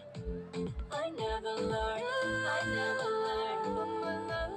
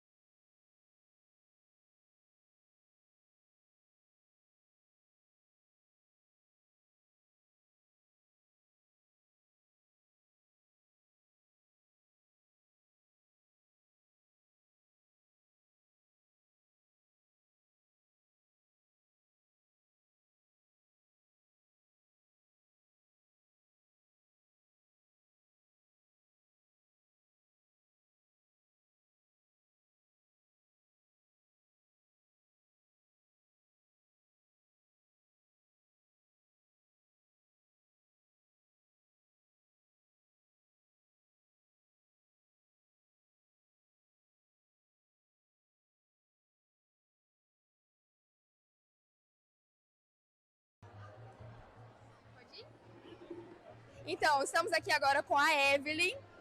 Evelyn, fala pra gente como é que foi pra você apresentar no evento, na FICEST, como é que você tá se sentindo hoje, tá muito nervosa, como é que tá? Fiquei um pouquinho nervosa no início, mas agora tá tudo bem, tá tudo tranquilo, tá sendo incrível, muitos projetos muito legais. Foi uma oportunidade boa para apresentar o nosso projeto, falar um pouquinho do Meninas na Ciência, é um projeto que eu faço parte. Agora, em setembro, a gente vai estar apresentando o nosso projeto lá na feira, na FICEST, lá no Paraguai. FICEST não, FICESTEC. Certo, e seu evento, o seu projeto que vocês apresentaram hoje sobre o pré-tratamento de cana-de-açúcar? Isso. Fala um pouquinho pra gente sobre o que é, como é que funciona, como que foi para montar a abordagem aqui para vocês apresentarem. Bom, o pré-tratamento, ele utiliza o hidróxido de sódio para poder dar novas alternativas para o bagaço da cana-de-açúcar. É um resíduo agroindustrial que é amplamente descartado de maneira inadequada, que acaba causando impacto ao meio ambiente, e aí a gente está dando uma nova alternativa. Esse pré-tratamento, ele torna o bagaço da cana ele aplicável para diversas aplicabilidades tecnológicas e sustentáveis. Pois é, e a gente está acompanhando aqui no chat, eu fiquei sabendo que Gilmara, sua avó, tá acompanhando lá de casa, né? Isso, tá. Manda um oizinho pra sua avó. Oi, vó, beijo, obrigada. Obrigada, viu, gente, pra quem tá acompanhando por aí. Obrigada, Evelyn, pela atenção.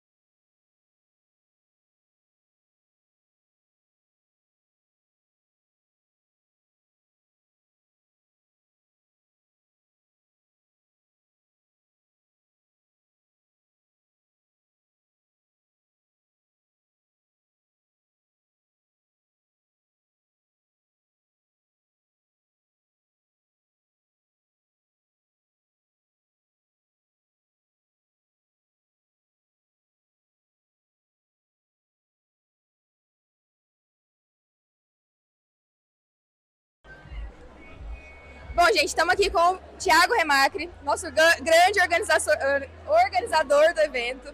Thiago, conta pra gente como é que tá o coração, como você tá se sentindo aqui nesse evento, no segundo dia de evento. Conta pra gente o que você tá achando. Olha, tô achando muito legal. Superou as expectativas minhas próprias, né? A gente tem uma adesão massiva das escolas. Temos aqui hoje 12 escolas do interior, com mais de 20 grupos expondo. Então, foi a culminância do evento, né? Foi a cartaz do evento nosso.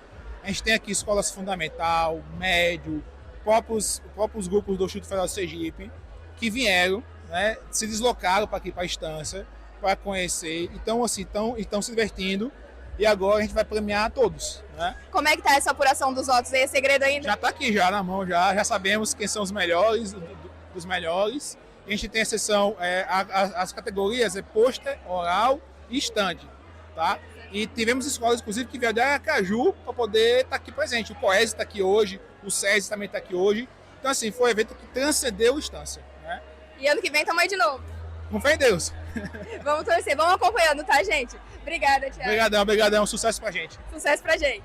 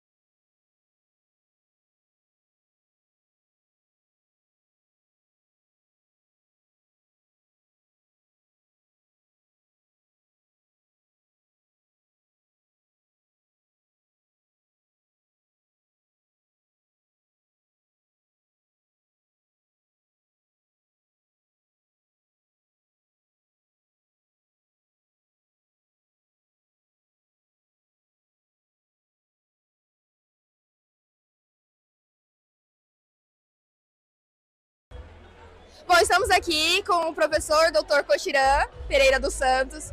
Cochi, você está aqui representando o CNPEM hoje. Como é que foi o preparativo? O que você está achando do evento? Conta pra gente, fala um pouquinho de como que está sendo aqui, a experiência de você estar aqui hoje. Bem, é uma satisfação muito grande representar a UFES e o CNPEM, né, o Centro Nacional de Pesquisa em Energia e Materiais.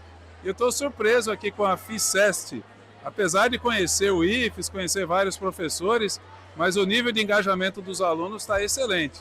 O nível dos trabalhos também, eu conheci alguns, assim, superou a expectativa. E ontem, o Ideiaton, eu não estive aqui, mas já soube que está sendo considerado um dos melhores já produzidos aqui no estado. Ouvi dizer que vai ter uma premiação aí hoje. Aí você acha, assim, pelo que deu uma olhada, tá muita concorrência, como é que tá? Eu acho que é melhor dividir o primeiro lugar para uns 3 ou 4 grupos, o segundo também. Vai ser difícil escolher o melhor, né? Porque eu vi uns 20 trabalhos e, sinceramente, não sei qual que seria o primeiro, o segundo ou o terceiro. Eu também dei uma olhada nos trabalhos por aí e tá difícil, viu? Obrigada, viu, professor? Fiquem ligados aqui na live para acompanhar a premiação daqui a pouco, hein? Valeu, professor. Obrigado.